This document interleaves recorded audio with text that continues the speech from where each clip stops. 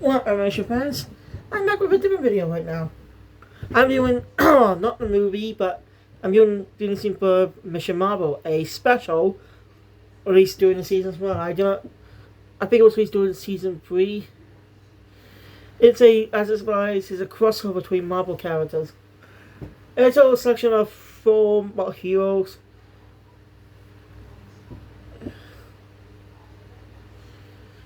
There's a total of 9 Marvel characters, 9 characters by the Marvel Universe chosen for this crossover. I can understand one choice, but I don't get the others. So, yeah, let's get into it. So we open the special with a really epic intro. No music song, but it's just cool. And we get a play on the usual party intro. The Alice yells, "Mom! Please up and making the title sequence." The features Spider-Man saying, and May making making a crossover. And yes, this is before 2017, so Spider-Man's played by Drake Bell, who started voicing the character during season 2 of Avengers: Earth's Mightiest Heroes. And well, the actor's now gone. It's been in controversy recently, especially after revealed the truth about what happened on the set of his time on Nickelodeon. So, yeah, that is a little complicated. Look at that part. No. His Spider-Man is kind of mixed. Well, when it has good writing, Drake Bell does a good job. But with crappy writing, it ends up being crap. Yeah. See, Drake Bell has been well, his first voice as playing Spider-Man was in the Avengers cartoon. Spider-Man got his own cartoon as part of his Marvel Animated Universe, MAU, which is complicated. It's more of a complicated universe too, since, well, once the Ultimate Spider-Man series ended after season 4, we got a reboot in 2017 with Robbie Damon cast as Spider-Man. What's confusing is, since that Spider-Man is set in the same continuity as the Avengers Assemble cartoon, which crosses over the Guardians of the Galaxy, but the Guardians from the own cartoon, which crosses over that Avengers as well. Yeah, and that's confusing because the Guardians crossovers before the movie by James Gunn came out. So was the comic book designs. So yeah, that part's really complicated. So yeah, Drake Bell's Low Blade Spider-Man, the Ultimate Spider-Man series, which is not great.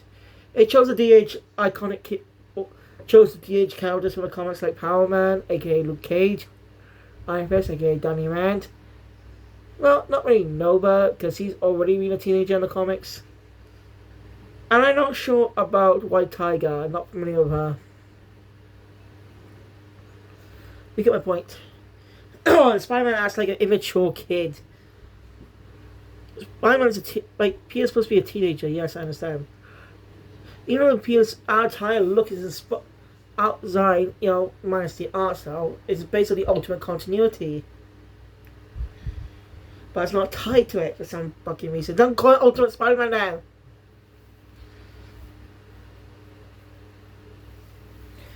For some reason, they had Spider-Man join S.H.I.E.L.D. I've been training with other heroes. That is against Spider-Man's character. This series came after such a great series in Spectacular Spider-Man. And this is what they choose to follow up that great show with. They just dumbed it down for kids, and Spider-Man breaks the fourth wall. Which he shouldn't. Like I say, acting like an immature kid. And he's supposed to be a teenager. High school student stuff. Just making too jokey. Yes, he creates. But he's supposed to be a smart kid. But he acts like an idiot all the time. They did have a good episode of crossover with Deadpool though. Not a joke, there actually is one that happened. And Deadpool felt more at home. Even though Deadpool would be a little more sanitized because he's the character. Anyway, I went off topic, but I just had to explain the whole thing. And it features the usual regular voices for the Disney character, for the Marvel characters. So, I don't know. We see what Phineas and Ferb are doing, separate in space, collecting some meteorites and stuff, for a space station. They contact Urban if everyone's ready, everyone's clear for a little appeal. It goes so clear about flying. Yes, everyone's ready. And he says he's the first one to say, "Hey, where's Perry?" I've been said like 2 times in this special. Now you know it's a special. As when cut to Perry Byrne once again, Fine Tooth. Dubishmus has gone Urinator, got the power stealer where he steals powers because he wanted to steal his Roger's powers because he's the mayor. So he can take over the tri-state area. Goes Perry escapes and Fort's plan. The show can get merchandise as the first saying it is old already. It's supposed to be like a special and stuff. So, after that, seems a one blast before it's probably destroyed. Now, blast is at bouncing off Phineas and Ferb's space station as they teleport back to. As they transport. They go back to Earth to have some meals with Candace bailing the bus down. Anyway, moments earlier, as we cut. So, a few moments ago, we go to New York. A few months ago, we see 4 heroes fighting: Spider-Man, alongside Iron Man, Hulk once again played by Tanner Shaw, and Thor once again played by Joe Swanham. I do not know Iron Man's voice actor. And it seems he gets recast later down the line. I don't know, I prefer Earthman's Heroes voice actor because he sounded close to Robert Downey Jr. Like, I don't know why they didn't keep him on. He sounded really close to Robert Downey Jr. I like how it's one of him as 4 and 5 that show as Hulk. But since then, Hulk started to talk more full sentences. When Disney started doing their own things with the characters. Instead of being a mindless monster. I mean, Hulk could talk sentences in Earth's Heroes, but he doesn't talk that much.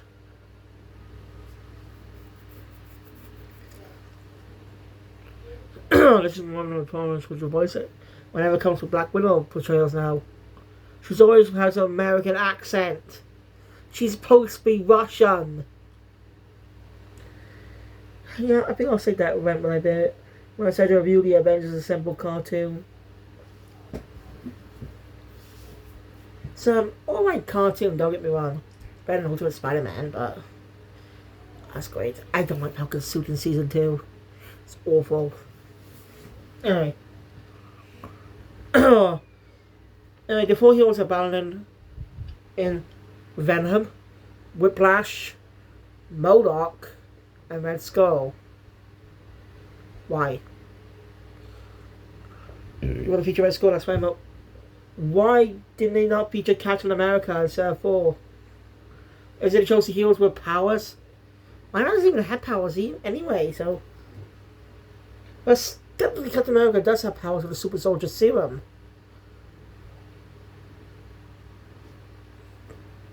I'm just saying. Why didn't they not choose Captain America to be in the special? Since the Red Skull is his arch nemesis. I understand Whiplash and Venom. Maybe MODOK. There's no Hulk or Thor villains to justify those two fighting. The Whiplash is an Iron Man villain, I think. And Venom is obviously a Spider-Man villain. So I just don't get it. Even Hydra involved. That might excuse to have Iron Man also face him, but Hulk, they didn't even get the chance to use Dr. Banner. They didn't have a chance to use Bruce.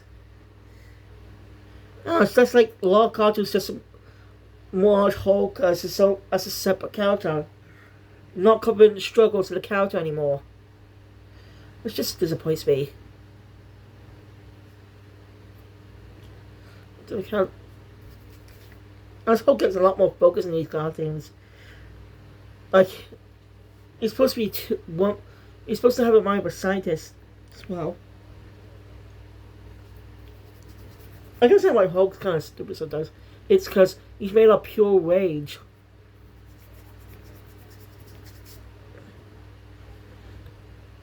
I'm just saying. I'm kind of sick of them not doing anything with Banner. And the conflict he had has been removed in the MCU. Because they merged them together for some fucking reason, so they don't have to do the conflict. I don't know why the MCU hates secret identities, because Spider-Man's whole point is having a secret identity. Just saying. Anyway, Peter. When the season of the villains appeared, that blast from earlier comes in. Now the villains to escape. We also got a Stan Lee cameo. Yeah, the heroes end up realizing they lost their powers. Again, that's weird. I understand Thorns and Spider-Man kind of. Spider-Man should still be able to shoot webs because his webs aren't organic. They're web shooters, so Iron doesn't even have powers. He just has armor.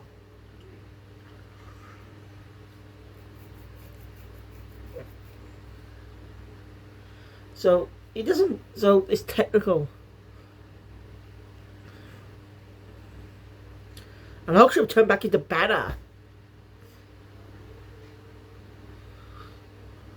I'm just saying. Did they specify the specific powers? Not proper superpowers, but more the specific power.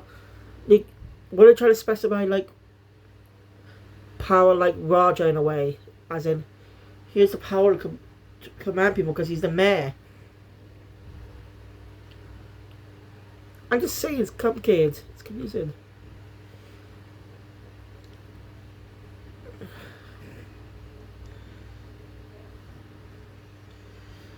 Oh, Peter's I go back to Peter's first backyard where Linda's gonna go on a tour down throw.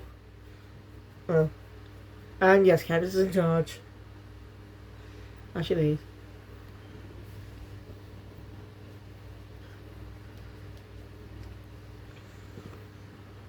as then the heroes discussing what happened to their powers. Fury comes in to help them. Again, using Black Nick Fury. There's a whole reason why Nick Fury was changed to be black in the Ultimate Continuity. Because they basically appear as Samuel Jackson, they get permission. And they made a sugar deal out with them. They're allowed to use his appearance if he gets to play the character whenever Marvel has a movie. Whenever he appears in a Marvel movie. And that was the best decision ever. Jackson nails the role. Because saying Captain Marvel kind of ruined it. And I was actually scratched out about a cat. Stupid. For someone as cool as Nick Fury. But same with his classic coat and stuff, he's wearing more of a SHIELD uniform. Something he did back in the comics and the original comics, that is. Continuity and stuff. And the Avengers cartoon where season 1 he looked slightly different. But season 2 he went full on Jackson. I'm not kidding about that. He had hair in season 1 and wore a suit, but changed his appearance in season 2. Oh boy, I can't wait to talk about that show someday. It's gonna be cool. Anyway.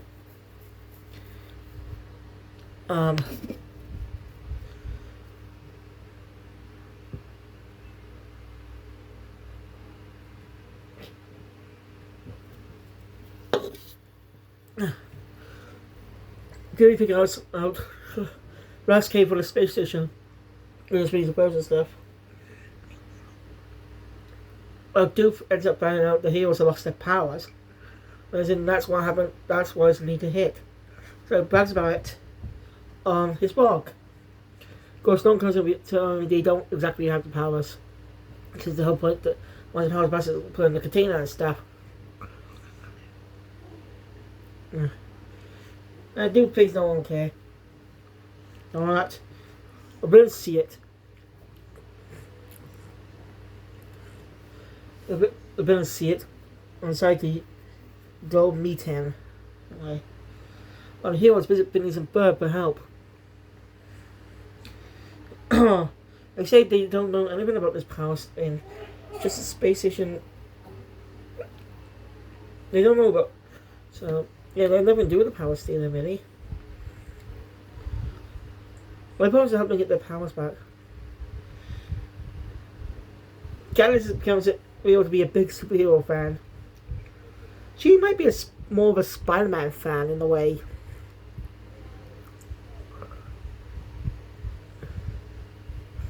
I'm guessing. I guess Spider-Man was one of Marvel's most popular characters. Of course, they use him in the special. Who wouldn't? He's so popular. His popularity was now as Batman in a way. But I so iconic. They got many stories based on them. But Batman got a lot of films. Spider-Man got a lot of cartoons. Spider-Man does have live action films, but it only has a total of 5 Out of College Community movies and a total of 3 MCU movies with a 4th one on the way. Not including guest appearances. And as one of the hosts will be appearing in that one. That might be due to contractual obligations due to some deal with Sony not having Spider-Man have a solo film in the MCU. Whenever Spider-Man has a solo film, he must not be solo in the movie. He must team up with someone. Dude, let him be Spider-Man. Have his own movie. He's Spider-Man. What's the point of having a Spider-Man movie? He's teaming up with another hero. If you want to make a team up with another hero, make a dual film. I think about it. They can use that in Captain America. They get a Hulk and Captain America movie. Since General Ross is the antagonist in the movie. Like, there could be a loophole for give this Hulk a solo film. They can use that as a loophole. Have Hulk be half the focus of the movie. You know, with another hero, it makes sense. But Disney refuses to do that. They don't give a shit about the character. That kind of pisses me off. Anyway. Well, funny.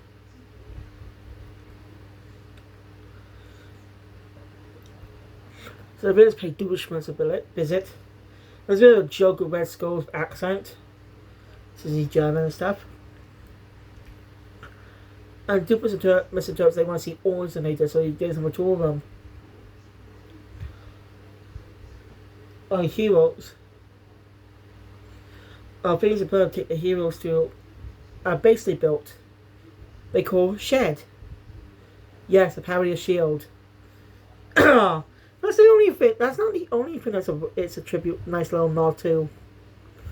As when you go inside, it's bigger on the inside as it is on the out. Yeah. Like, I'm as impressed. And Ferb throws a little nod to British sci-fi. This making it a little more clear to the audience this is supposed to be like a nod to Doctor Who. It's really actually a little cool that the creator I decided to throw a little nod to Doctor Who. One of UK's most popular TV shows. I'm surprised I haven't had any Doctor Who actors guest star. Also, I was surprised to find out recently for the first broadcast of ITV2. One of the people behind the channel, people who worked on the channel at the time, was Billy Piper. You know, Rose Tyler. And also, like, a few years, I think it was like in 2001, so 4 years before all appears in Doctor Who. And now, possibly playing the new Doctor. It's very fascinating to think about now. I'm sorry, get off topic. We learn why Candace is a big fan of Marvel here now. She initially was just doing research to prepare for a Ducky Momo crossover with Marvel Heroes. I don't know why I didn't notice till just now, but Ducky Momo was supposed to be Japanese. His name, Ducky Momo. Momo means peach in Japanese. So his name is Ducky Peach. Am I correct then? By the way, am I right if does Momo actually mean peach? Since Momotaro? No? If you don't know Japanese, feel free to correct me if I'm wrong. As I don't know all Japanese and stuff, so I don't know. I just learned as I watched anime and stuff, hence why I know the word NANI! Like, NANI! No. NANI! Damn it. I can't replicate. You know what I mean. NANI! Damn. I mean, she just got into the heroes. Anyway. So, Phineas about work on mixing their running the powers back. The tour thing's going on for a little bit. Well, Perry, we got hey, where's Perry? Get moment again. As Perry goes in his usual series remote. He ends up talking to Nick Fury with a small little gag of Major Monogram trying to wear an eye patch to be cool like Fury.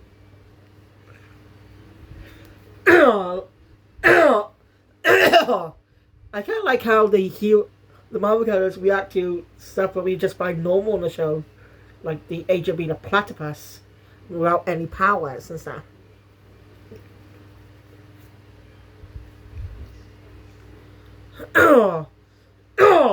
So, yeah.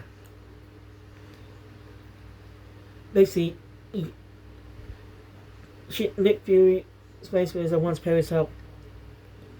So yeah, good luck, Agent P. That's had enough. Want to make about sure. Doom Shorts does is gonna be built. It needs was an error, so basically the tag on we get a song about that. It's cute. Also trouble.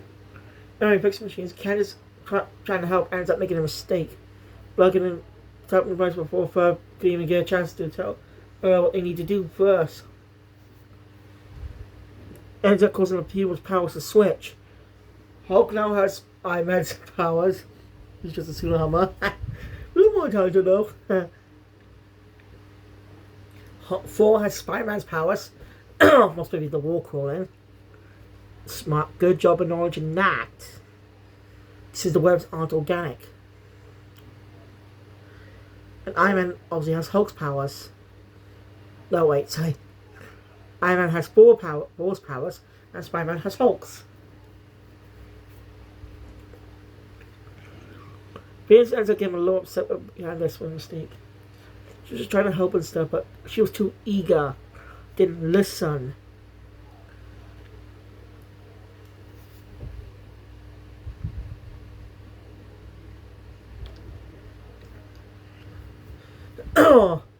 Anyway, realized having enough, ended up destroying this more, wasn't instruction to the more, just to get the heroes' attention. Even with the power slot, heroes are still willing to fight, showing their courage. So Peter Bill decided to help as the Beak once again. Good callback to that episode. As they face off, the heroes get their butts kicked. Enough. Lucky, a mysterious masked platypus shows up. Obviously, it's Perry. They say today. Working together. Brandon's had to escape for now.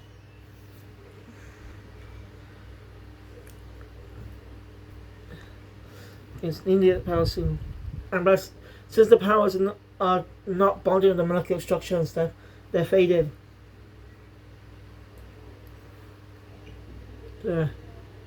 Lucky, it has to be built that machine when it will come. He says, Us and Kenneth ends up putting a plug in, which has to be his machine, turn Baljeet into a Hulk. And Phineas ends up snapping at her for that. Just revokes her shared membership. Yeah, Phineas was a little too harsh, but Candace was also kind of too eager to help, in my opinion. She should have listened. I mean, she should have waited and listened first.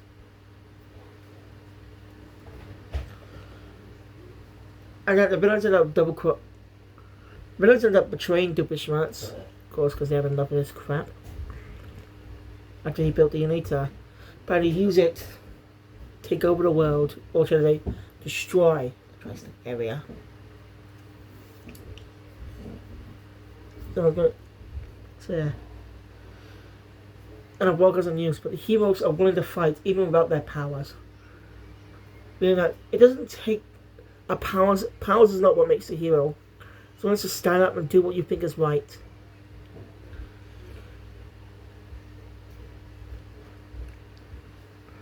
So yeah. Heroes go. Well, Candace and Isabella go for a good song together. Candace was trying to help, but again, she was too eager to help without listening. So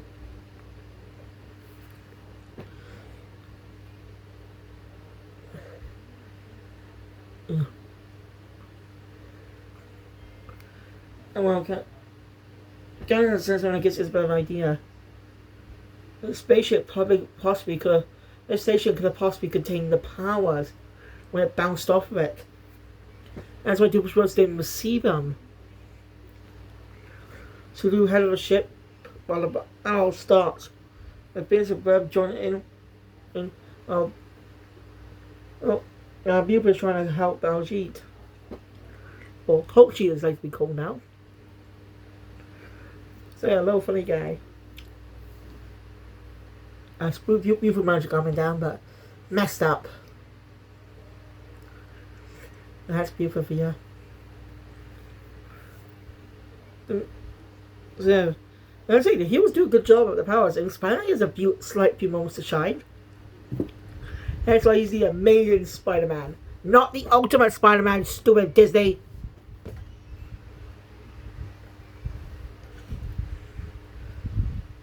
Alright.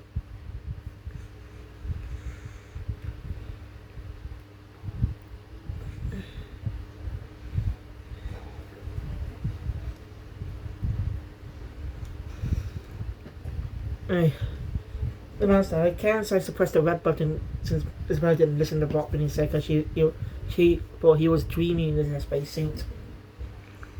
I mean, Candace thinks that she failed twice already, third time's the charm.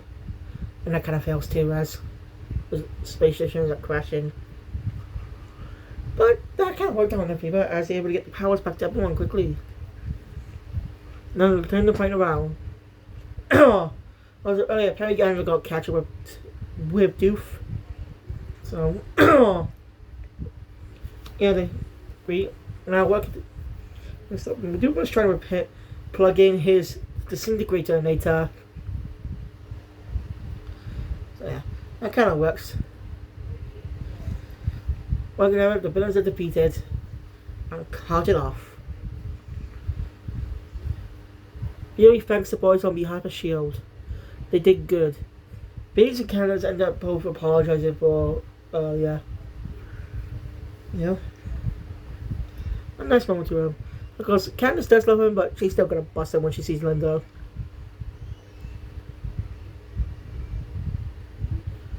Of course, when she gets back, nothing.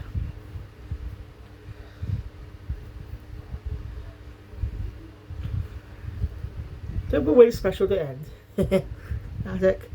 As we get a little gap, as we get an end credit gag, while the credits go, a typical as we see, where Buford wants to unmask the mysterious mass platypus-like thing, as revealed to be Ducky Momo. Of course, that's just Perry wearing not a mask underneath somehow. Perry, you're back of us, we are. Ferb definitely will be a platypus. The people town bell and stuff. And Perry returns with the usual, oh, there you are, Perry. And that was Mission Marvel. It was a really fun special for Marvel fans.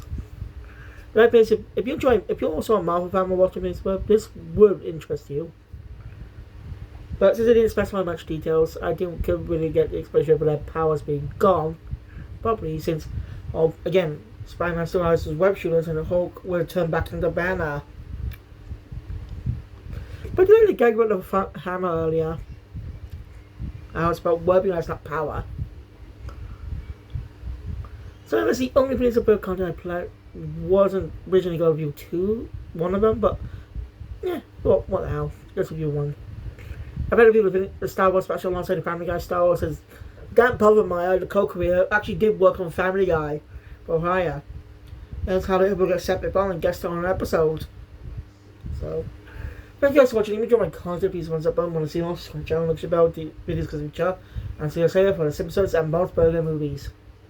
Cybermaster out.